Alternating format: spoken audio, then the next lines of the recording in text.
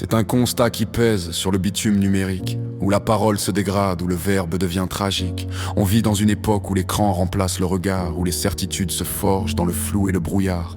Ça commence par un clic, un petit geste sans importance, mais ça finit en tempête, en fracas, en violence. Je veux te parler de ces boucles qui tournent en rond, de ces phrases déformées qui s'incrustent au plafond.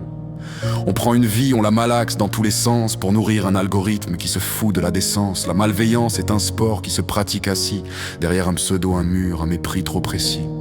On lance une pierre et on regarde enfin les ondes, peu importe si le remous finit par noyer le monde. C'est le règne du paraît-il, le triomphe du on-dit, une sorte de poison lent qui s'installe et grandit.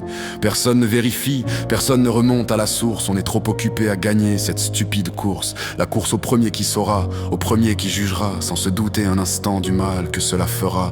On juge un homme sur un murmure, on condamne un reflet, le tribunal est permanent, il ne ferme jamais ses volets.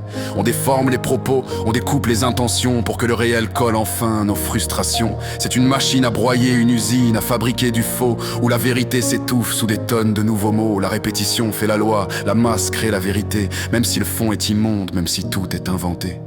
Regarde ces gens qui s'acharnent, jubilent du malheur, qui se nourrissent des ragots pour oublier leur peur. La cruauté est gratuite, elle s'affiche en plein écran, et le doute, cet intrus, est devenu un paria, un absent.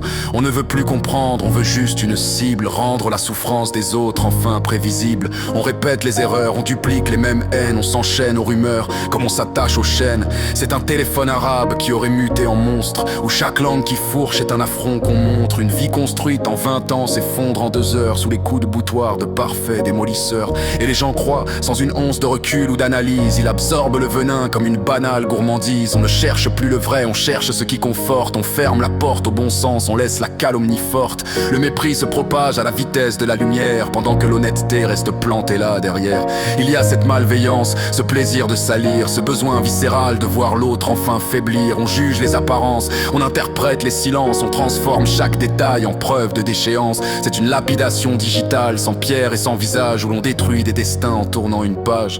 On oublie qu'un humain, c'est fragile et complexe, c'est pas un simple profil que l'on raye d'un réflexe. La déformation est un art, le mensonge est un métier, et la foule est un ogre qui ne veut jamais s'arrêter. Pourtant la vérité est là, sous les décombres, elle attend patiemment qu'on l'extrait de l'ombre. Mais le bruit est trop fort, le tumulte assourdissant. On préfère les ragots, c'est tellement divertissant. Est-ce qu'on se rend compte du poids de ce que l'on relaie, de la trace indélébile, de cette marque, de ce trait? Une fois que le mal est dit, il ne s'efface jamais. Il reste une odeur de soufre, un arrière-goût de plaie. On devrait réapprendre le silence et la retenue, ne pas hurler avec les loups pour une histoire inconnue. Prendre le temps de marcher, de respirer, de regarder, avant de lancer sa haine et de tout saccager. Le respect n'est pas un luxe, c'est le minimum requis pour ne pas finir noyé dans ce flot d'esprit conquis par la bêtise, par l'envie, par la noirceur, par ce besoin malsain de se croire un peu meilleur. En pointant du doigt l'autre, on cache ses propres failles, mais on rajoute du plomb à nos propres batailles. Il est temps de débrancher la machine à rumeurs, de redevenir des hommes avec un peu de pudeur,